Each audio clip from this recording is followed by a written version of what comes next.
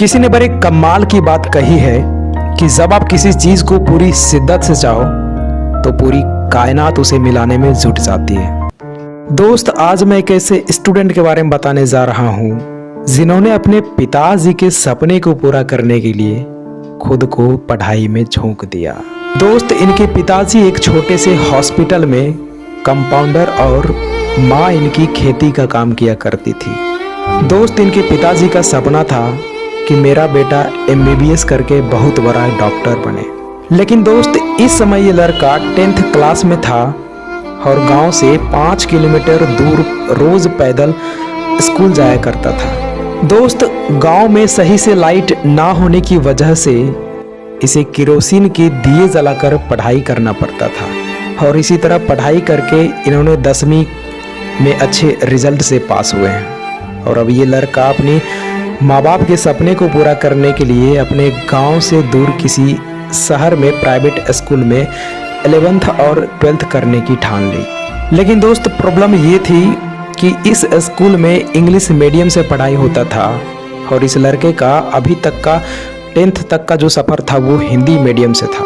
लेकिन दोस्त, इनके सपने इतने बड़े थे कि मीडियम के बिना परवाह किए इसने उस स्कूल में एडमिशन ले लिया, क्योंकि इसे एक जुनून सा हो गया था कि हमारे माँ बाप ने जो सपने देखे हैं हमें उसे पूरा करना है। और दोस्त, अचानक हिंदी मीडियम से इंग्लिश मीडियम में आने के बाद कितनी मुश्किलों का सामना करना पड़ता है वो सिर्फ एक स्टूडेंट ही समझ सकता है।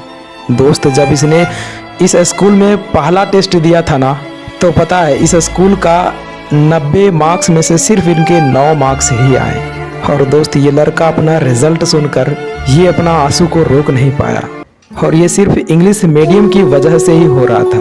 दोस्त, ये लड़का बिल्कुल होपलेस हो गया था। इसे कुछ भी समझ में नहीं आ रहा था कि आखिर मैं क्या करूं, मैं आगे कैसे पढ़ाई करूं।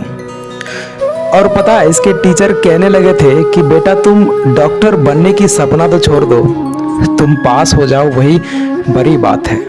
उसके बाद वो लड़का सोचने लगा कि मेरे पिताजी मेरे लिए इतना पैसा इकट्ठा कर रहे हैं और मैं किस मुंह से कह दूं कि पिताजी मुझे समझ में नहीं आ रहा, मैं कैसे कह दूं कि पापा मैं आपके सपने को पूरा नहीं कर सकता।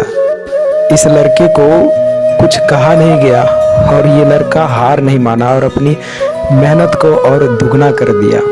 लेकिन दोस्त, ये हॉस्टल में रहते थे और रात में इसके पार्टनर लाइट बंद करके सोया करता था और इसे नाइट में ऑन करने के लिए नहीं देता था। तो दोस्त, पता है जब रूम पार्टनर लाइट बंद करके सोता था ना, तो ये वहाँ से उठकर बाथरूम में जाकर पढ़ाई किया करते थे ताकि ये अपने स्कूल में अच्छे मार्क्स को ला सके। ये इंग्लिश पे ज़्यादा फोकस करने लगे थे क्योंकि इसका मार्क्स कम आने की सिर्फ एक ही वजह था, वो था इंग्लिश मीडियम। और कभी कभी तो ये बाथरूम में रोने भी लगता था कि आखिर ये मेरे साथ ही ऐसा क्यों हो रहा है। दोस्त, जैसे तैसे करके इन्होंने 11th और 12th को पास किया और दोस्त अब उसने अपने पिताजी से कहा कि पापा अब मैं कोटा जा रहा हूँ, आप पैसे का इंतज़ाम कर दीजिए और मैं वहाँ से सफल होके ही आऊँगा, मैं डॉक्टर बन के ही आऊँगा पापा। और ये लड़का कोटा चला जाता है और एक अच्छे कोचिंग में मेडिकल एंट्रेंस एग्ज़ाम की तैयारी करने के लिए एडमिशन ले लेता है। दोस्त, इनके माता पिता कितनी मेहनत से पैसे भेजते थे ये बात उस लड़के को अच्छी तरीके से पता था। इसलिए दोस्त, इसने अपने माता पिता के सपने को पूरा करने के लिए दिन रात करके पढ़ाई करने लगा। और दोस्त, इस लड़के को होली, दिवाली, दशहरा कुछ भी नहीं दिखता था और पूरे 1 साल तक घर नहीं आया। लेकिन दोस्त, साल के अंत में जब इसका एग्ज़ाम हुआ तो पता है इस लड़के का सिलेक्शन नहीं हुआ। दोस्त, इनके माता पिता बहुत दुखी हुए, वो इसलिए नहीं कि मेरा बेटा का सिलेक्शन नहीं हुआ, वो ये बात सोचकर चौंक गए कि मेरा बेटा इतना मेहनत किया, वो होली, दिवाली, दशहरा कुछ भी नहीं देखा, बस पढ़ाई करता रहा, फिर भी इसका सिलेक्शन नहीं हुआ। दोस्त, इनके पिताजी के आंखों में आंसू साफ साफ दिख रहा था, जिसमें उनके हर महीने की दी हुई मजदूरी और अपने बेटे का त्याग दिख रहा था। फिर उनके बेटे ने अपने पिताजी को समझाया और कहा कि पापा इस बार सिलेक्शन नहीं हुआ तो क्या हुआ, हम अगली बार ज़रूर सेलेक्ट होके आएंगे पापा। हाँ प्लीज़ मुझे फिर इस बार कोटा भेज दीजिए। और दोस्त उनके पिताजी ने फिर से उन्हें कोटा भेज दिया। दोस्त फिर से उस लड़के ने दुगनी मेहनत किया और अपना सब कुछ त्याग दिया और सिर्फ पढ़ाई ही करने लगा। और 1 साल की कड़ी मेहनत के बाद एग्ज़ाम हुआ और उस लड़के का इस बार सिलेक्शन हो गया। और सिलेक्शन होने के बाद उनके माता पिता बहुत खुश हुए और ये लड़का भी कोटा से रूम खाली करके अपना घर आ गया था, क्योंकि इस लड़के को अच्छे से पता था कि काउंसलिंग के बाद मेरा अच्छा सा कॉलेज मिल जाएगा। लेकिन दोस्त वो कहते हैं ना कि कभी कभी वक्त भी ऐसा खेल खेल जाती है कि इंसान को बिल्कुल तोड़ कर रख देता है। दोस्त जब काउंसलिंग हुई और इस लड़के ने अप्लाई किया और ये लड़का श्योर था कि मुझे one of the best medical college ही मिलेगा। और दोस्त पता है जिस दिन इसका रिजल्ट आने वाला था ना, उसके 1 दिन या 2 दिन पहले ही एक न्यूज़ आती है कि जो आपने एग्ज़ाम दिया था एंट्रेंस का, वो एग्ज़ाम को कैंसिल किया जा रहा है।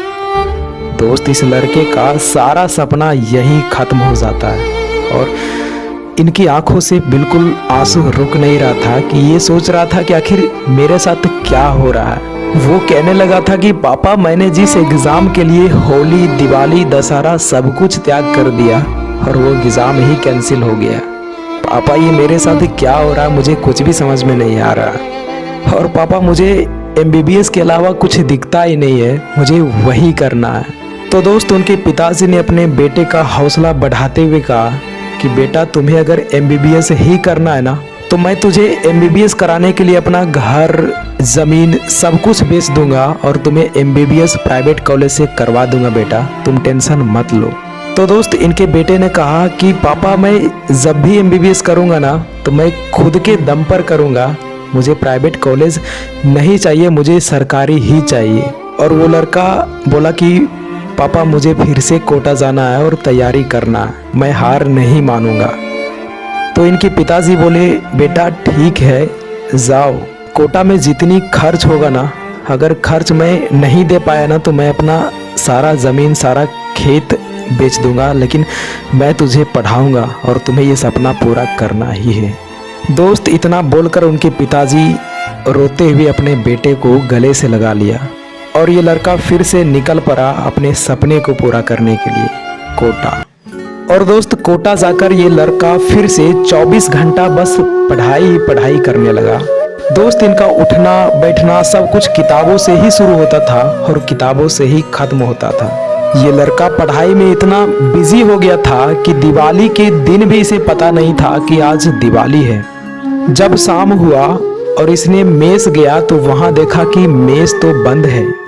तब इन्हें पता चला कि आज दिवाली है। और उस दिन उस लड़के ने एक बिस्किट और पानी दोनों को मिक्स करके उसने खा लिया। लेकिन दोस्त माँ तो माँ होती है ना, उसकी माँ रात में कॉल करके पूछी कि बेटा आज दिवाली है, तुमने कुछ मिठाई खाया या नहीं। तो दोस्त अगर माँ माँ होती है ना, तो बेटा भी किसी से कम नहीं होता। तो दोस्त ये लड़का कह दिया कि माँ हमने मिठाई, खीर, पूरी सब कुछ खा लिया है, बस आप अपना ख्याल रखिएगा। दोस्त कभी कभी अपने माँ बाप को खुश करने के लिए ना स्टूडेंट को झूठ बोलना ही पड़ता है, क्योंकि ये टारगेट इस लड़के का था और ये नहीं चाहता था कि मेरी वजह से मेरे माँ बाप दुखी हो। और दोस्त फिर से साल के अंत में इस लड़के का एग्ज़ाम हुआ और इस बार फिर इसका सिलेक्शन हो गया और फिर से ये लड़का खुश हो गया और इनके माँ बाप भी खुश हो गए।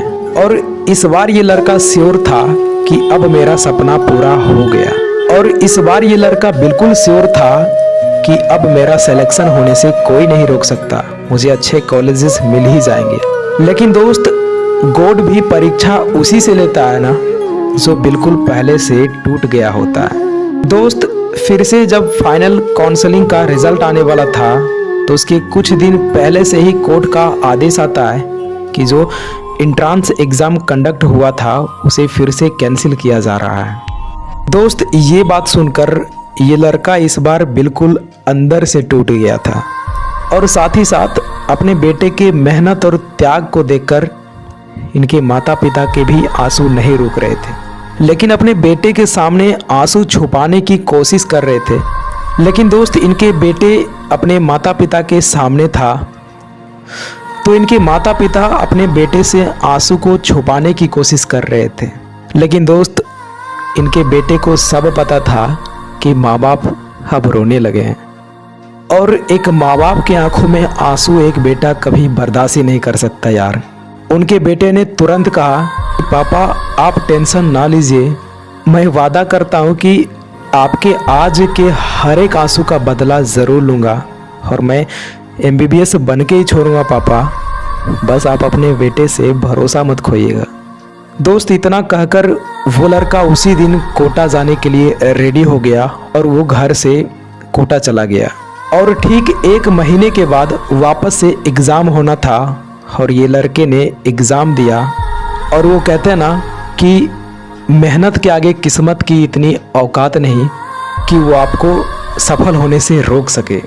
दोस्त, जब इसका रिज़ल्ट आया ना तो इसका पता है रैंक क्या था? इसका रैंक ऑल इंडिया रैंक 569 था, और पूरे राजस्थान में रैंक 52 था। और दोस्तों, फाइनली इसका सिलेक्शन हो गया।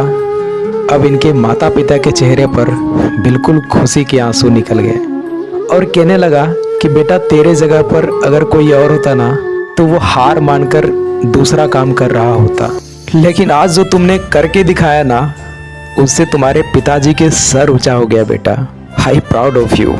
तो दोस्त, इस कहानी से सीखने वाली बात तो ये है कि कभी भी असफलताओं से घबराकर हार मत मानिएगा, क्योंकि दोस्त, आज अगर ये लड़का हार मान लिया होता तो शायद ये अपने पिताजी से आई प्राउड ऑफ यू शब्द नहीं सुन पाता। तो दोस्त, ये स्टोरी स्क्रिप्टेड नहीं बल्कि एक रियल घटना है, जिनका नाम है हेमेंद्र पटीदार, जो कि राजस्थान से बिलोंग करते हैं। तो दोस्त, आई होप ये मेरे द्वारा प्रेजेंट किया गया स्टोरी आपको पसंद आया होगा। अगर पसंद आया तो वीडियो को लाइक एंड चैनल को सब्सक्राइब जरूर कीजिएगा। मिलते हैं अब नेक्स्ट वीडियो में, तब तक के लिए बाय।